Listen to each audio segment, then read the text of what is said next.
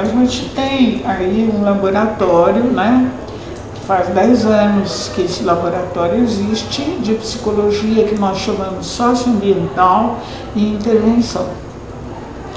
A psicologia, a gente denominou socioambiental, que seria quase que um pleonasmo, para distinguir como um campo da psicologia ambiental, porque a psicologia ambiental ela tem uma história que não é comprometida não nasce comprometida com a chamada questão ambiental, né?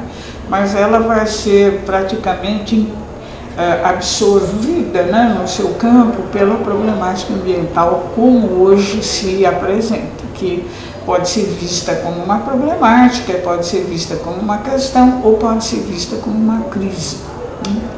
Nós aqui no laboratório consideramos como uma crise civilizatória, né? Então a gente chamou de psicologia socioambiental para distinguir como uma escola, né?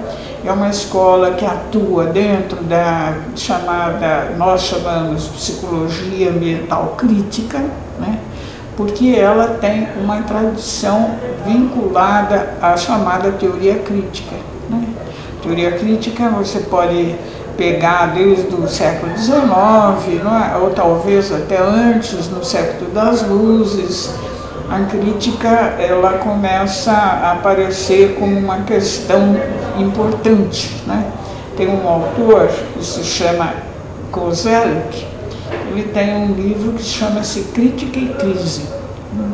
E nesse livro, Crítica e Crise, ele fala que no século XVIII a discussão sobre a crítica era muito grande, né? E aí ele retoma até o significado da palavra crítica da sua origem grega, falando que essa palavra em grego significava tanto a decisão como a luta, né? Então ela vai se abrindo, se separando, não é? E a crítica hoje é vista como o pressuposto, não é? O pressuposto possível da transformação e da intervenção. Uma intervenção já pensada como uma possibilidade de se construir intencionalmente aspectos do futuro ou o próprio futuro, né?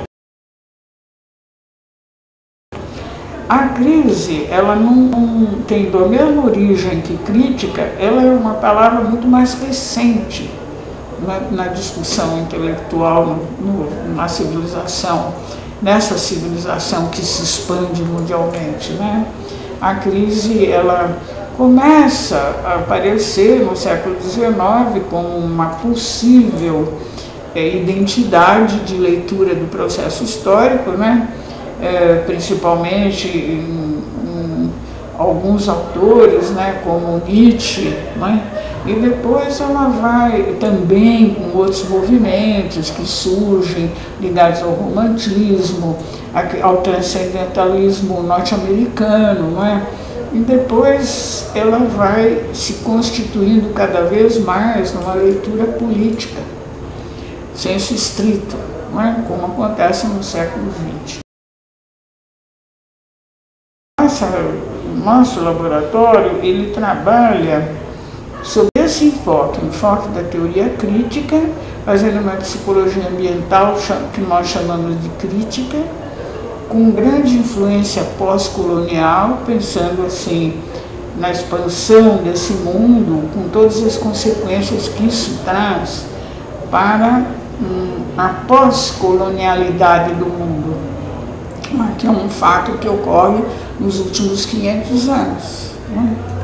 Então, e agora, por que intervenção, né? Porque a intervenção é pensada aí como a outra face possível da crítica, né? Então, a crítica para quê? Então, se a gente supõe que a crítica vai questionar verdades no sentido da recuperação dos ideais perdidos no processo de expansão dessa civilização, isso tem que fundamentar a crença utópica na possibilidade de construção intencional do futuro, né? Aí entra a questão da intervenção, né? Então ela segue uma outra filologia, que é a filologia vinculada à busca de se poder construir um mundo social que não é mais utópico no sentido da sua irrealização, mas no sentido estratégico de busca de soluções que possam aproximar a vida social dessas aspirações utópicas que necessariamente têm que ser compartilhadas, não é? Por quê? Porque essa busca, não é?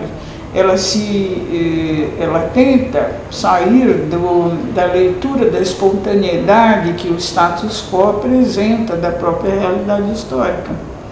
Então, aí, nesse sentido, ela vai seguir a linha da construção da vida social por projeto, um projeto político, não é? Então, dentro do nosso laboratório, nós trabalhamos sob influência muito forte das teses de Kurt-Lewin, da pesquisação, como possível forma de ação, digamos, sobre o social, né? Uma ação que permita um crivo sistemático, racional de análise, né? E que esteja eticamente válida por um compromisso utópico com uma democracia radical. Ou seja, uma democracia que permita, como objeto final da sua busca, a cada um ser o que é, sendo. Não é uma coisa que vai vir a ser, mas uma coisa que é sendo. Então, no nosso laboratório, nós trabalhamos esses temas. O conteúdo teórico é a teoria crítica, né? E o conteúdo metodológico é a pesquisação e também a busca reflexiva, não é? Dessa consciência crítica que seria de dentro para dentro, né? Do sujeito com ele mesmo, como condição para uma possível transformação de uma vida social segundo um projeto democrático no sentido radical. Olha, a ação aqui é sempre a partir da academia, mas a pesquisação, ela necessariamente implica na intervenção sobre o mundo social, né? Então, os projetos de investigação empírica, todos eles são comprometidos diretamente com a realidade social, né? Então, agora, alguns podem até ter um caráter aparentemente especulativo, não de intervenção sobre problemáticas ou buscando a consecução de aspirações sociais, né? Alguns podem ser, por exemplo, nós fizemos uma pesquisa no bairro da Barra Funda sobre as vinculações entre poética e a apropriação do espaço, né? A biografia das pessoas, como é que ela define a relação que a pessoa estabelece com a própria identidade naquele espaço. A apropriação do espaço público, que pode tanto ser uma apropriação, digamos, uma apropriação experiencial, afetiva, mas ela também pode ser uma apropriação política, né?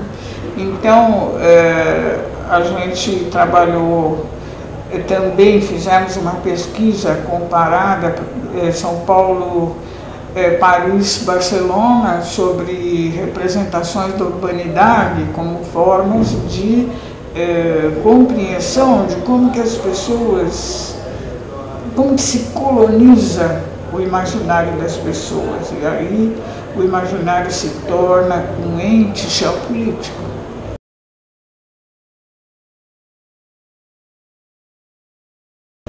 À medida em que ele é construído através de lutas entre diferentes modelos, né, daquilo que seria o viver bem, daquilo que seria o ideal da felicidade das pessoas, né, onde que elas buscam esses ideais. Eles são propagações de modelos, né, com maior força ou menor força, e que se apresentam como possíveis, né, formas de organização do imaginário. Então, o imaginário, dessa forma, ele se torna um ente geopolítico, né? Porque ele pode permitir que você se hierarquize sua identidade em função da maior proximidade ou afastamento de certos ideais, e que são impostos de fora para dentro, e que as pessoas não têm consciência deles, não é? Então, dentro de uma abordagem crítica, se trataria de se explicitar a origem desses modelos, não é? Mesmo que a pessoa não pudesse optar sobre aquilo que ela não conhece, ela poderia pelo menos conhecer as não livres escolhas que ela faz. Então a escolha fica livre dentro daquele impedimento do seu próprio imaginário, não é? Então o seu imaginário vai definir onde que você vai poder andar, né? E como que você vai poder andar. Então a urbanidade é um modelo, e é um modelo arbitrário, que tem uma origem histórica e um comando político. E ele é que coloniza os imaginários, né? Esse modelo. E colonizando, ele vai definir opções, né, que poderão ser mais ou menos conscientes e livres, desde que o sujeito saiba a origem do modelo, né? Então, no momento presente, né, numa leitura pós-colonial, você poderia dizer que você tem vários modelos coexistem, mas tem um hegemônico. Esse hegemônico é aquele que se globaliza. Agora, quando ele encontra as realidades locais, ele produz outras possibilidades, quase que periurbanidades. Algumas de resistência, outras de busca, mas que não conseguem chegar ali.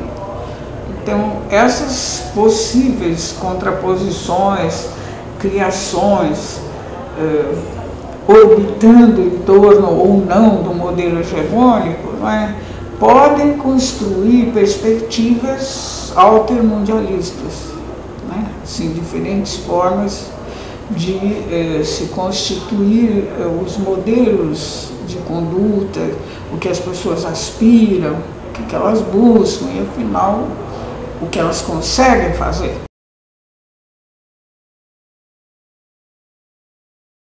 É difícil sair disso. É difícil porque a sua imaginação, ela está colonizada. Então é difícil sair, mas não é impossível. Mas isso implica que você tem que ter consciência desse processo.